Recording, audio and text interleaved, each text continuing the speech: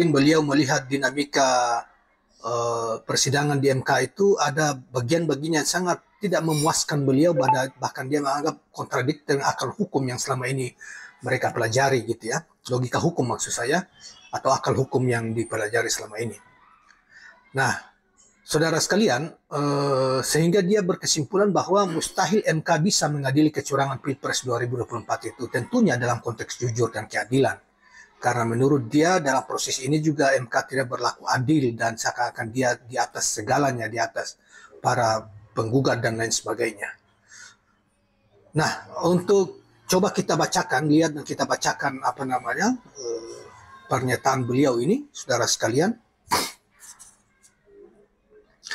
Mahkamah Konstitusi tidak akan memutuskan adanya kecurangan pemilihan presiden Pilpres 2024. MK akan tetap memutuskan Prabowo Gibran sebagai pemenang Pilpres 2024. Itu katanya. Mustahil MK sebagai lembaga hukum di bawah otoritas politik bisa mengadili kecurangan politik pada penyelenggaraan pemilu 2024. Kata pengacara Egy Sujana kepada redaksi Suara Nasional.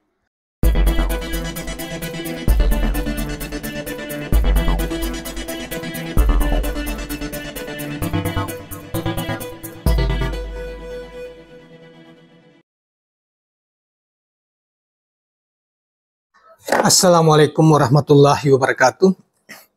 Kawan-kawan sekalian, kembali kita berjumpa di Jejak Semesta 65. Semoga Allah Subhanahu wa taala senantiasa memberikan perlindungan kepada kita sekalian. Saudara, pada kesempatan yang baik ini kita ingin kembali tampilkan suatu analisa dari seorang pakar hukum yang terkenal juga seorang aktivis terkait dengan prosesi persidangan di Mahkamah Konstitusi tentang sengketa Pilpres 2024 yang diajukan oleh Paslon 01 Anies Mohaimin dan Paslon 03 Ganjar Mahfud. Begitu banyak orang berharap bahwa Pilpres ini akan masing-masing dimenangkan oleh pihak mereka atau Mahkamah Konstitusi akan mengambil keputusan yang seadil-adilnya.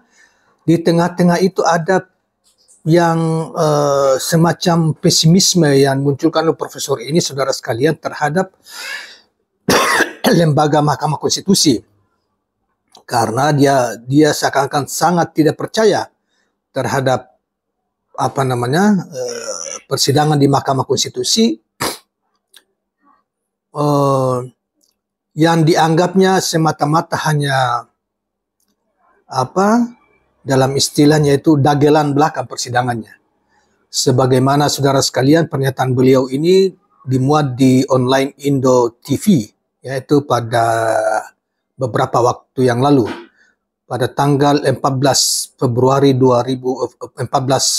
April 2024 yang lalu, berarti sudah lama juga ya, tetapi kita baru kesempatan mencoba untuk menghadirkan di video kita. Yaitu beliau adalah Profesor Dr. Egy Sujana yang juga sebetulnya adalah pendukung Anies Baswedan.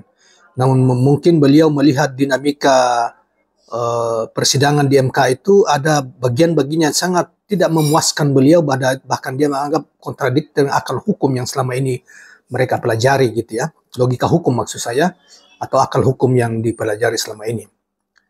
Nah, saudara sekalian, sehingga dia berkesimpulan bahwa mustahil MK bisa mengadili kecurangan Pilpres 2024 itu, tentunya dalam konteks jujur dan keadilan. Karena menurut dia dalam proses ini juga MK tidak berlaku adil dan seakan-akan dia di atas segalanya, di atas para penggugat dan lain sebagainya. Nah, untuk coba kita bacakan, lihat dan kita bacakan pernyataan beliau ini, saudara sekalian. Mahkamah Konstitusi tidak akan memutuskan adanya kecurangan pemilihan presiden Pilpres 2024. MK akan tetap memutuskan Prabowo Gibran sebagai pemenang Pilpres 2024. Itu katanya. Mustahil MK sebagai lembaga hukum di bawah otoritas politik bisa mengadili kecurangan politik pada penyelenggaraan pemilu 2024. Kata pengacara Egy Sujana kepada redaksi Suara Nasional. Kata Egy, MK akan memutus menolak permohonan dan melegitimasi kecurangan. Maaf. dalam proses mengadili perkara, saya juga benar-benar kecewa. MK telah menunjukkan sikap jumawa atau arogan. Bukan sebagai lembaga pengadilan, tapi lembaga superior yang merasa lebih dan berada di atas kedudukan para pihak atau pemohon termohon pihak terkait, ungkapnya. MK telah mendudukan ruang sidang sengketa Pilpres sebagai ruang MK, bukan ruang para pihak untuk menggali dan menemukan keadilan dan kejujuran. Maka telah melawan hukum, telah melawan hukum secara persidangan, hukum acara persidangan, dengan memberikan hak eksklusif pada hakim MK untuk mendalami fakta persidangan dan menghalangi pihak lainnya untuk menggali dan menemukan fakta keadilan. Contohnya, saat MK akhirnya memanggil 4 menteri Jokowi, Muhadjir Effendi, Tri Risma Maharani, Menteri Sosial, Sri Mulyani, Menteri Keuangan, dan Erlangga Hartarto sebagai Menteri Perekonomian. 4 menteri ini dihadirkan atas permintaan pemohon dari kubu 01 maupun 03, kedudukan menteri itu sebagai saksi.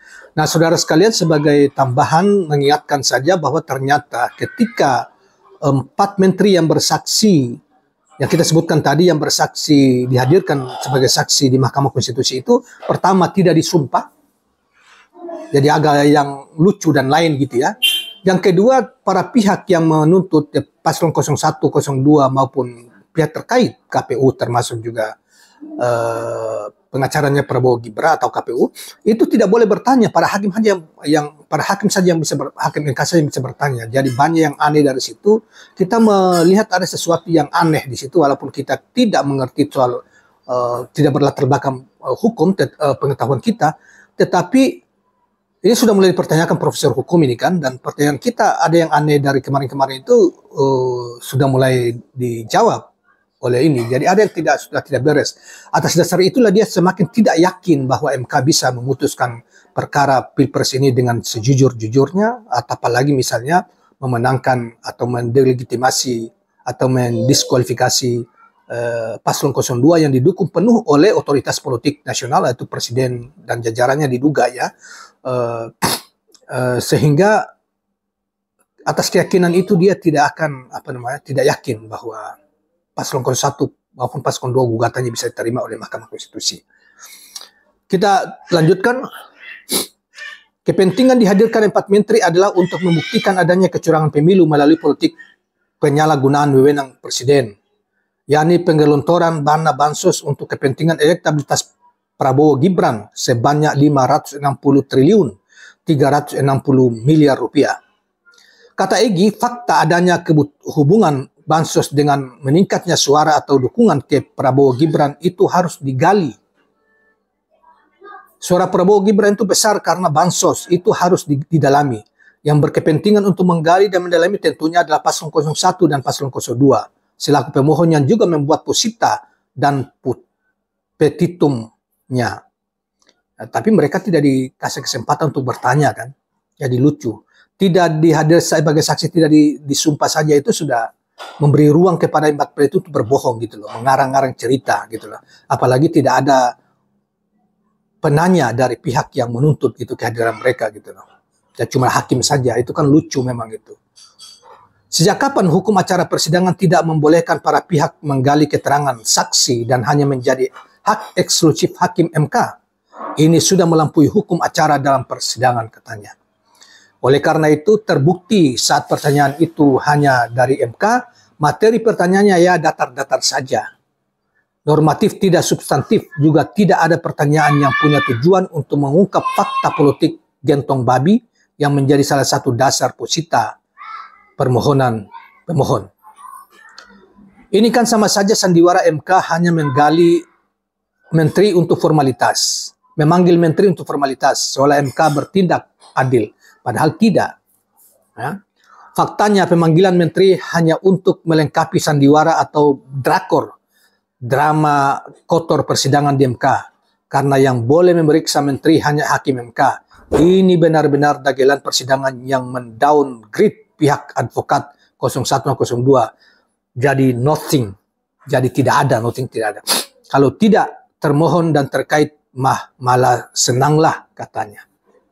Jadi saudara sekalian, sebagaimana kita sudah ketahui bahwa Profesor Egy Sujana ini sangat ragu ketika dalam penggalan persidangan, misalnya contohnya ya di penggalan persidangan itu MK menghadirkan para menteri sebagai saksi dalam kaitan masalah bansos, kecurangan bansos itu, dan 4 orang menteri sebagaimana kita sebutkan tadi sudah hadir dan kita sudah tahu bersama sebelumnya. Tapi lucu dalam ini kemudian mereka kan sebagai saksi di mahkamah, tapi mereka tidak disumpah oleh Mahkamah Agung, Mahkamah Konstitusi. Yang kedua, mereka juga tidak boleh ditanya untuk menggali fakta persidangan, fakta-fakta dari tim pengacara hukum paslon 01 maupun 02 yang sebetulnya mereka ini mengusulkan 01, 03 ini mengusulkan supaya para menteri dipanggil. Tetapi di Mahkamah Konstitusi mereka tidak disumpah, mereka kemudian tidak boleh ditanya oleh pihak-pihak ini, tetapi hanya boleh ditanya pada hakim Mahkamah Konstitusi. Nah, ini yang menurut Profesor Egy Sujana sebagai seorang pakar hukum juga dan seorang yang malang melintang di dunia hukum sudah lama sebagai pengacara juga, ada yang sangat aneh sehingga mempersoalkan ini, dan pada akhirnya dia tidak meyakini bahwa persidangan di MK hanya sebuah sandiwara saja dan tidak akan dipenuhi apapun fakta yang dikemukakan terungkap dalam persidangan tidak akan dipenuhi oleh putusannya, akan tetap ditolak. Putusan akan menolak para pihak 01 maupun 02 dan tetap mengukuhkan mengukuhkan kemenangan Prabowo Gibran sebagaimana dikemukakan oleh KPU yang diduga penuh dengan masalah dan diduga penuh kecurangan. Itu yang sehingga Profesor Egy Sujana mengatakan bahwa persidangan ini hanya dagelan saja. Nah, demikian kawan-kawan sekalian, jangan lupa subscribe, like, dan share channel ini. Assalamualaikum warahmatullahi wabarakatuh.